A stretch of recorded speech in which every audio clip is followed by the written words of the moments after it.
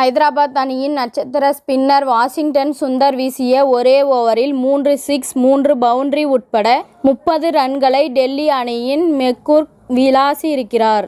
டெல்லியில் உள்ள அருண் ஜெட்லி மைதானத்தில் முதல் முறையாக டெல்லி அணி இந்த சீசனில் களமிறங்கியது.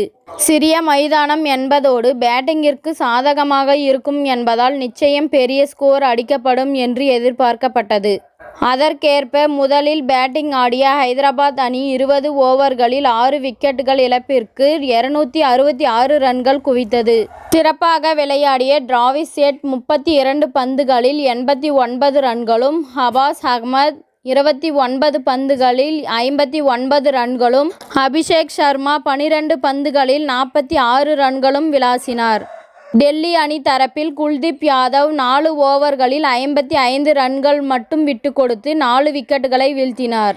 இதன் பின் 267 என்ற மெகா இலக்கை நோக்கி டெல்லி அணியின் பிருத்வி ஷா, டேவிட் வார்னர் கூட்டணி களமிறங்கியது.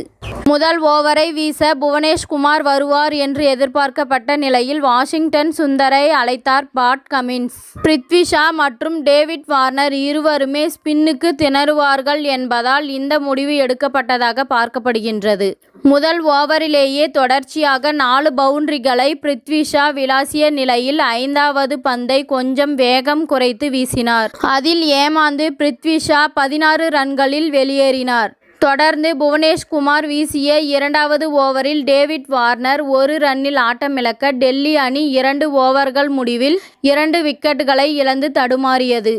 இதன் பின் இளம் வீரர் மெக்கூர், அபிஷேக் போரல் கூட்டணி இணைந்தது. இந்த நிலையில் 3வது ஓவரை வீச மீண்டும் வாஷிங்டன் சுந்தர் வந்தார். அந்த ஓவரில் அதிரடி வீரர் மெக்கூர் 4-4-6-4-6-6 என்ற 30 ரன்களை விளாசி அசத்தினார். எந்த பக்கம் வீசினாலும் பவுண்டரி நிச்சயம் என்ற ரேஞ்சில் மெக்கூர் விளாசியது டெல்லி அணி ரசிகர்களை மிரள வைத்தது.